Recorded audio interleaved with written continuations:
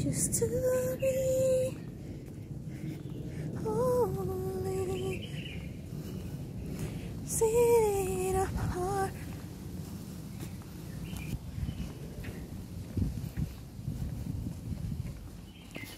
Good morning, Philippines all over the world. It's my day off, it's my holiday. Ay, wala na pala yung bougainvillea diri. Morning, kang hipatsoy. Oo. Dalawa, tatlo, pero alternate. Ikaw? Baka bukas day off mo? Ay! With pay. Ayun lang. Pag pula yung kalendaryo, di ba double pay? Oh? Ay, ganun?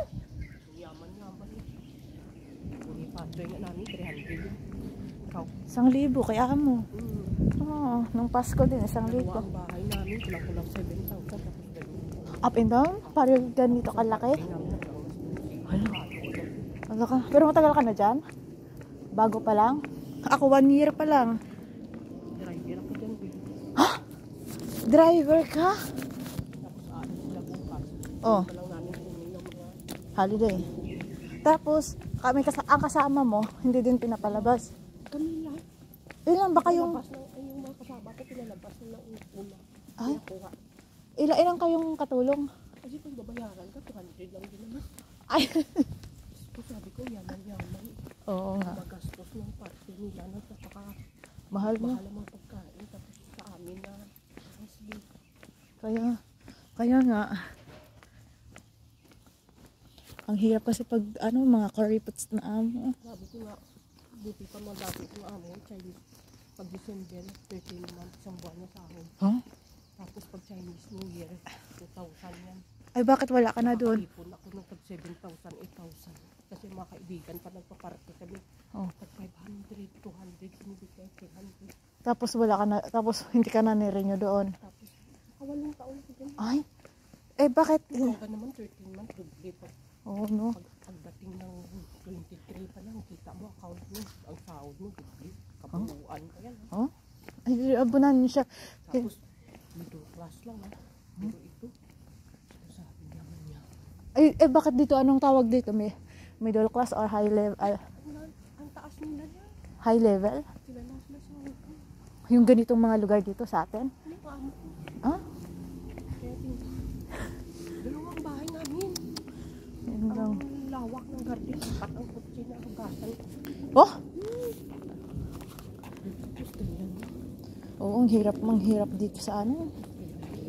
Shocking. Ako nga dati. Nagpati ang mga pamilya. Nabing pati. Walang binigay.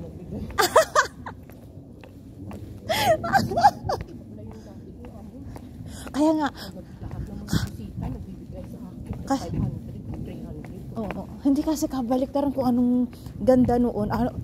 Ang sa bago naman, gano'n naman kasalmuot. Ganon din ako dati sa dati kong amo, mabait. Oo. Oo. Paswerte-swerte lang baga sa amo. Kasama ko nga. 18 months, 19 years na eh. Maliit ang sahod Malaki mo sahod ng mga driver. Ay, di magkano sahod mo dyan? Driver lang. Pag, ito may aso pa ko, dalawa ito. oo nga. Bahay pa. Pag hindi sila lalabas, naglilinis ka sa loob ng bahay. Oo naman. Ay. Trabaho ko araw-araw. Bahay, aso, Ba't ang driver namin sa loob lang ng sasakyan? Ha? Diyan sa garahe, hindi naglilinis sa loob. Yung driver namin. Baka may anak pa lang nag-alala. Wala nga eh. Bago lang man nga ako dito. Puro lalaki. Ako kasi babae. Ay. Pag lalaki sa labas lang sila, pag babae sa loob.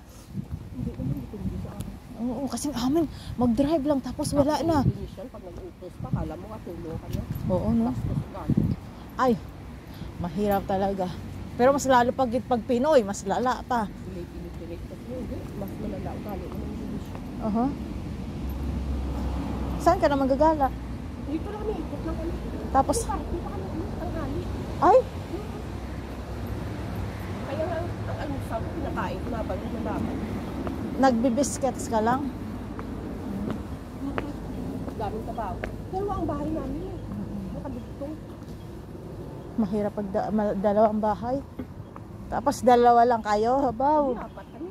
Ay, Sige, bye-bye. Thank you, te.